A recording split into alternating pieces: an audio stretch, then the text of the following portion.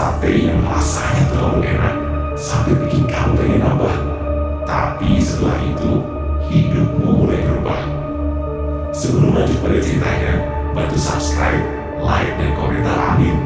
Saya doakan hidup berkah dan rezekinya lancar. Amin ya robbal alamin. Papan tua dan beratap seng berkarat. Lampunya temaram, menggantung dengan kabel yang sudah mengelupas. Namun, aroma sate yang terbakar dari sana selalu menggoda. Bau gurih yang membuat perut lapar, bahkan bagi orang yang baru saja makan. Pak Wiryo, pemilik warung, dikenal sebagai orang miskin yang tiba-tiba berubah kaya. Dulu ia hanya buruh tani, sering berhutang dan hidup pas-pasan. Tapi sejak membuka warung sate itu, hidupnya berubah drastis. Rumahnya kini bertingkat, sawahnya meluas, anak-anaknya sekolah ke kota, dan setiap malam uang mengalir deras. Yang membuat warga heran bukan hanya kesuksesannya, tapi bahan sate yang ia gunakan. Pak Wiryo selalu bilang, ini sate kodok, dagingnya empuk, gurih, jarang orang jual. Padahal, tak satu pun warga desa pernah melihatnya berburu kodok. Rawa di belakang desa memang terkenal angker. Tak ada orang berani masuk setelah maghrib. Konon, di sana bersemayam penunggu tua, makhluk yang gemar membuat perjanjian gelap dengan manusia serakah. Suatu malam, seorang pemuda bernama Raka datang ke warung itu. Ia perantau yang baru pulang ke desa. Awalnya ia ragu saat melihat papan menu bertuliskan sate kodok spesial. Tapi karena penasaran dan mencium aroma daging bakar yang menggugah, ia memesan satu porsi. Saat gigitan pertama masuk ke mulutnya, Raka terdiam. Rasanya luar biasa. Gurih, manis, sedikit pahit di ujung lidah, seperti ada sesuatu yang bergerak pelan di tenggorokan. Kok rasanya beda ya, Pak? Tanya Raka. Pak Wiryo tersenyum, tapi matanya kosong. Resep lama, turun-temurun. Malam itu Raka pulang dengan perasaan aneh. Dalam mimpinya, ia melihat rawa yang luas. Airnya hitam pekat. Di tengah rawa, berdiri sosok tinggi kurus, berkulit licin seperti lendir, matanya besar melotot. Di sekelilingnya, ribuan kodok bersujud. Dan di depan sosok itu, Pak Wiryo berlutut sambil menusuk sesuatu dengan tusuk sate. Keesokan harinya, kabar buruk menyebar. Seorang anak kecil hilang di desa sebelah. Lalu menyusul kabar kedua, seorang pengemis ditemukan meninggal di tepi rawa. Tubuhnya kaku, lidahnya membiru, dan di mulutnya ditemukan tusuk sate. Raka mulai curiga. Ia mendatangi seorang dukun tua bernama Mbah Suro, satu-satunya orang yang berani bicara tentang rawa itu. Setelah mendengar cerita Raka, wajah Mbah Suro langsung pucat. Itu bukan sate kodok biasa, katanya pelan. Itu pesugihan sate kodok. Menurut Mbah Suro, pesugihan itu menghaluskan pelakunya memberi makan penunggu rawa setiap malam Jumat Kliwon.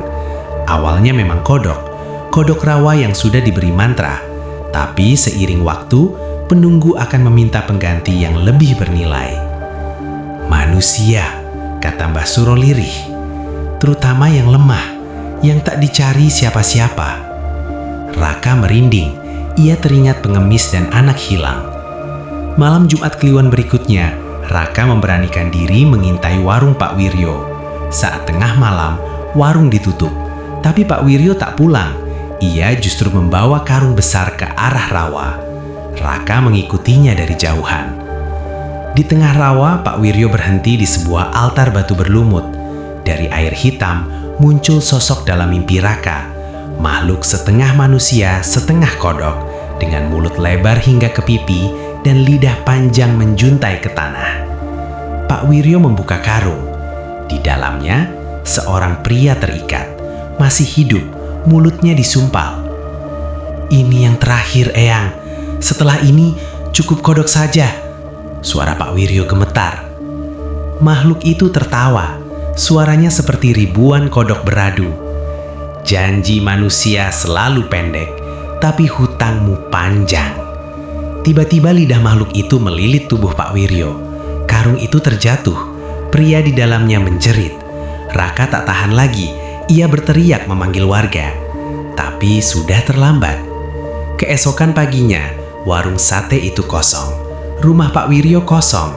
Di rawa hanya tersisa altar batu, tusuk sate berserakan, dan bau daging busuk yang tak hilang-hilang. Sejak malam itu, warung sate tak pernah buka lagi. Namun, warga desa bersumpah, setiap malam Jumat Kliwon dari arah rawa masih tercium aroma sate terbakar.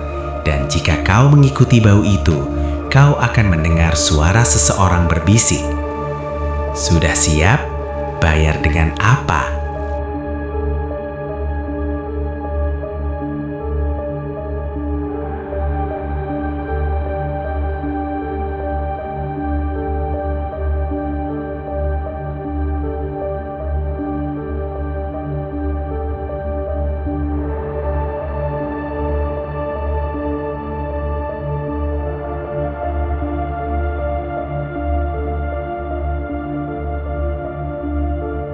Kisah pesugihan sate kodok rawa hitam bukan sekadar cerita tentang makhluk gaib atau ritual terlarang.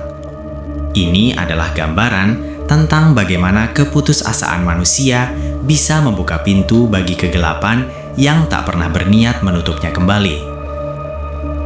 Pak Wiryo pada awalnya bukan orang jahat. Ia hanyalah seorang lelaki miskin yang terdesak oleh keadaan, hutang, keluarga yang sakit, dan hidup yang terus menindih tanpa ampun. Dalam kondisi seperti itu, ia tidak lagi berpikir tentang benar atau salah. Yang ada hanya satu keinginan, bertahan hidup. Rawa hitam hadir sebagai simbol godaan. Ia tidak memaksa, ia tidak mengancam sejak awal. Ia hanya menawarkan bantuan dengan harga yang terlihat kecil. Seekor kodok, ritual sederhana, sebuah janji. Tapi disitulah letak jebakannya. Pesugihan tidak pernah dimulai dengan permintaan besar. Ia dimulai dari kompromi kecil terhadap nurani. Ketika Pak Wiryo menerima bantuan itu, ia mulai kehilangan satu hal penting, kendali. Setiap keberhasilan membuatnya semakin terikat. Setiap uang yang datang membuatnya semakin sulit berhenti. Dan tanpa ia sadari, batas antara kebutuhan dan keserakahan pun lenyap. Rawa hitam bukan sekadar makhluk pemakan daging. Ia adalah pemakan janji, rasa bersalah, dan ketakutan manusia. Semakin Pak Wiryo takut kehilangan kekayaannya, semakin besar kekuasaannya atas diri Pak Wiryo. Hingga akhirnya, yang diminta bukan lagi kodok, melainkan nyawa manusia. Korban-korban yang muncul bukan dipilih secara acak. Mereka adalah orang-orang yang dianggap tak bernilai oleh masyarakat. Pengemis, pendatang, orang yang tidak punya suara. Ini menegaskan satu hal pahit. Kejahatan paling kejam sering terjadi karena pembiaran.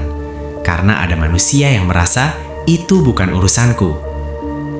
Raka hadir sebagai saksi, sebagai suara nurani yang masih tersisa. Namun bahkan ia pun tidak benar-benar bisa menghentikan semuanya. Ini menunjukkan bahwa ketika kejahatan sudah terlalu dalam, penyesalan datang terlambat. Tidak semua kesalahan bisa diperbaiki. Tidak semua dosa bisa ditebus. Akhir Pak Wiryo adalah cermin dari pilihannya sendiri. Ia tidak dibunuh secara tiba-tiba. Ia ditelan perlahan oleh perjanjian yang ia setujui sendiri. Dan rawa yang semakin meluas menjadi simbol bahwa dampak kejahatan tidak pernah berhenti pada satu orang saja. Ia menyebar. Ia meninggalkan bekas. Warung sate yang tutup, rumah yang kosong, dan aroma sate yang masih tercium setiap Jumat Kliwon menegaskan satu pesan utama. Keserakahan tidak pernah benar-benar mati. Ia hanya berpindah tangan, menunggu manusia lain yang sedang lemah, lapar, dan putus asa. Kesimpulannya, pesugihan sate kodak adalah peringatan bahwa jalan pintas menuju kekayaan selalu menuntut harga yang lebih mahal dari yang terlihat. Dan ketika manusia memilih mengorbankan nurani demi kenyamanan, yang tersisa hanyalah kehampaan dan hutang yang tak pernah bisa dilunasi. Karena dalam dunia gelap seperti rawa hitam, satu hal pasti, yang memberi makan suatu hari akan dimakan.